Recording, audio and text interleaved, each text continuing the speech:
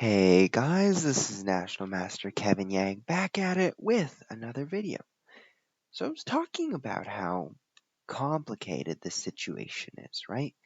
Because when we get here, bishop c4 runs into this b5 schlackabang, and I don't know what happens at the end of the tunnel, because this position looks a little bit sketchy. I mean, the knight has d4, and as I said, the bishop can reinforce it. So I opted for something different and something more passive. Now I know the bishop on d1 looks horrible, but the goal is I want to come back and get rid of this knight, and then I'm going to play b4, bring the bishop to b3, and hopefully one day get it to d5.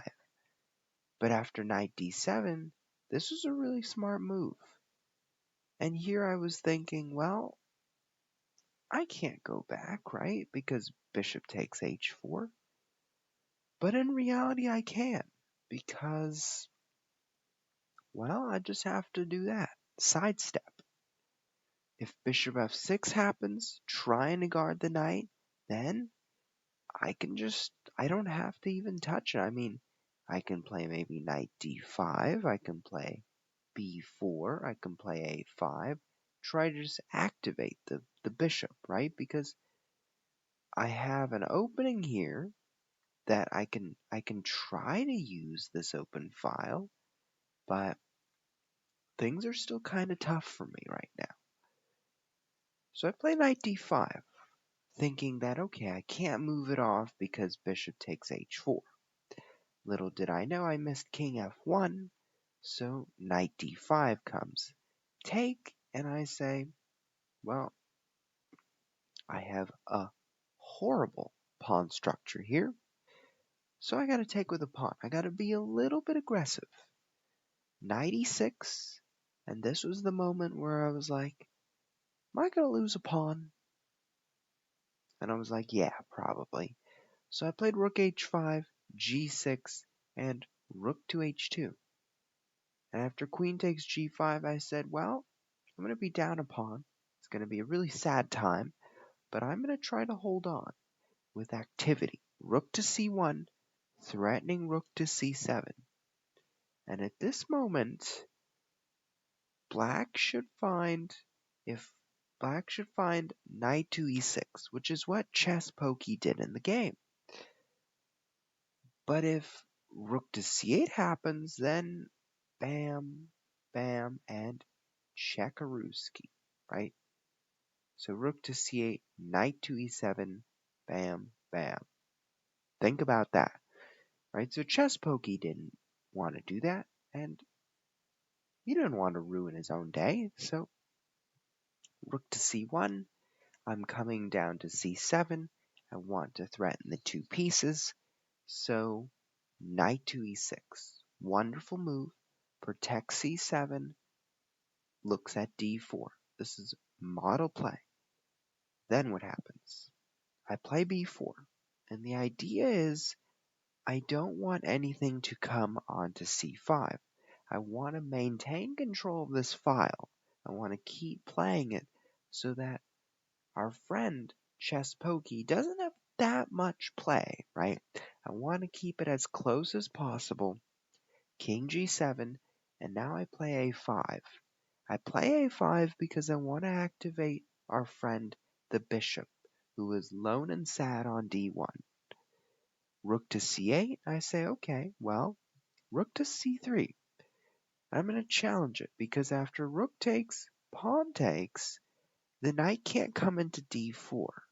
The only way the knight can come into is f4, but here I can trade if I want to. And what I'm saying is that by maintaining this pawn structure, I limit the activity of these two guys, right? They can't come here, they can't come here, so I'm still trying to put up a fight. Some other alternatives here, like ChessPoki didn't have to take, I would say. Some other alternatives could have been maybe f5, could have also been h5, could have also been just knight d4 maybe. and maybe I had bishop a4, but at least it kind of felt like in this position, the trading helped me, right? Because I was able to limit the knight square. And that knight for our friend ChessPoki is very valuable. So I would say maybe trading on c3 by ChessPoki was not the best decision. Pawn takes, and now knight f4. So our friend ChessPoki knows when you're up material, you want to trade down. And what did I do? I refused. Rook c8, and now king d2. So I'm trying my best here, right? There's no concrete way for black to break through. There's no d5, there's no f5, and there's no sort of pawn storm going on. Knight f6, I continue my blockade. I play bishop b3. I say no d5, because if you do, I'm going to take, and I'm going to just support it with c4. h5 came. I got a little bit scared. I played knight c4. And I said, okay, if you play d5, I was thinking, I'm going to play knight b6, rook d8, pawn takes, knight takes, knight takes, bishop takes, and I was going to try to hold this endgame down a pawn. It's definitely bad for me, but it's not easy for ChessPoki to win, especially given the time situation, 12 minutes to 7 minutes. It's kind of tough, right? Trying to figure out how to win this in 7 minutes is not easy. First of all, you have to identify like the holes of the position. So obviously, black can get in through the queen side, right? But if I play c4, then black plays rook d4 and maybe goes for these slide of pawns. But it's hard to say, right? Definitely some complications there. But at this point, I was also calculating if after d5, I could take on e5, takes on e4, and I was calculating knight takes f7. If I get my pawn back, is it worth it, right? Because rook e8 could happen with the threat of e3 or e3 right now, and after e3, I was calculating king takes, and if knight d5 could work, or if rook takes c3 could work. And I came to the conclusion that it probably could, but I was taking a risk here. So, in the game, our friend ChessPoki played g5, and that was interesting because I realized that if knight takes d6, rook d8, pinning the knight and the king. That's really sneaky. So I did knight to b6. I just wanted to continue blocking that d5 square. Rook d8, and I said c4. But I sort of ran into a lot of trouble. What I should have done is I should have played g3, and after knight g6, king to e3. Well, I could have done some things. Well, I could have done bishop d5, for example. Ooh, this would have been a pretty decent move because now I'm threatening that pawn. Rook to b8, and I could choose king up anywhere and try to maybe back it up with a rook on d2, right?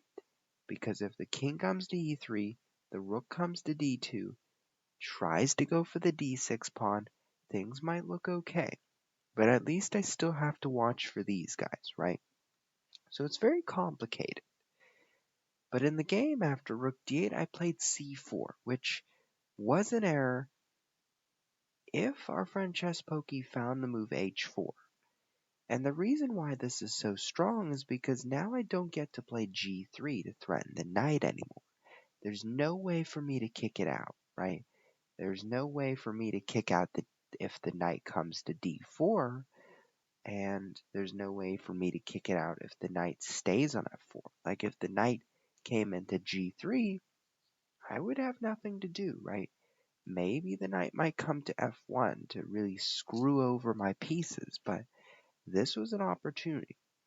g4 did some damage too, but I decided g3, knight e6, and bishop d1. I said, okay, I'm going to try to hold this right now. Knight d4, king e3. I could also play pawn takes and went into some complications with knight takes e4, but I was like, oh, let's go with it.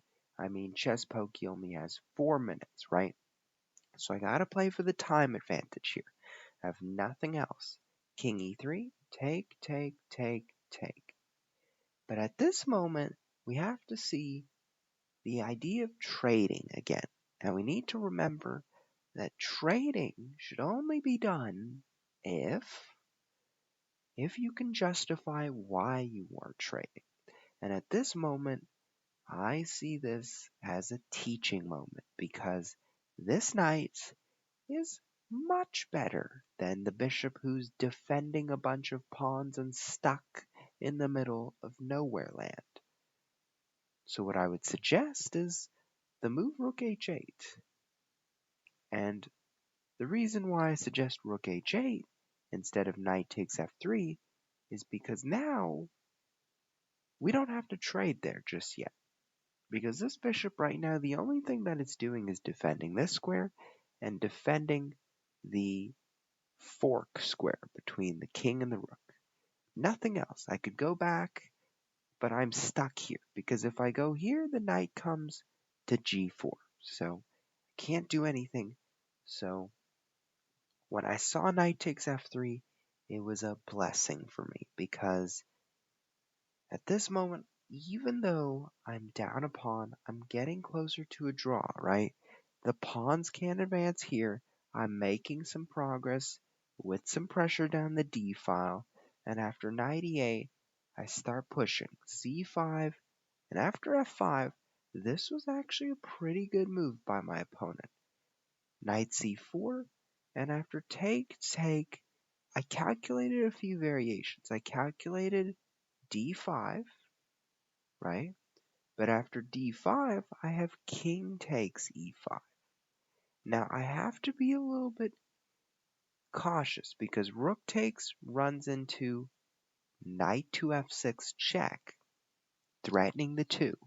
So I have to be a little bit cautious. King takes works because if pawn takes, I have rook takes rook, right? So this is the only reason why it works. Now, I did play king takes, but then came knight f6. And here I have to find a few wise moves, because if I go king f3, there's e4, and after that there's d5. So I played king e3, and now there's knight g4, right? And at this moment, I have to think, okay, well, it's tough, right? Because if I go king e4 again, there's d5. Let me just illustrate. King e4 and d5. A fork. I can no longer take on e5. I have to take this way.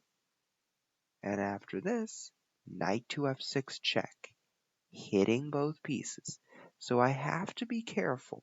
I play king e2, and after d5, I play knight d6. I hit b7, I hit d5.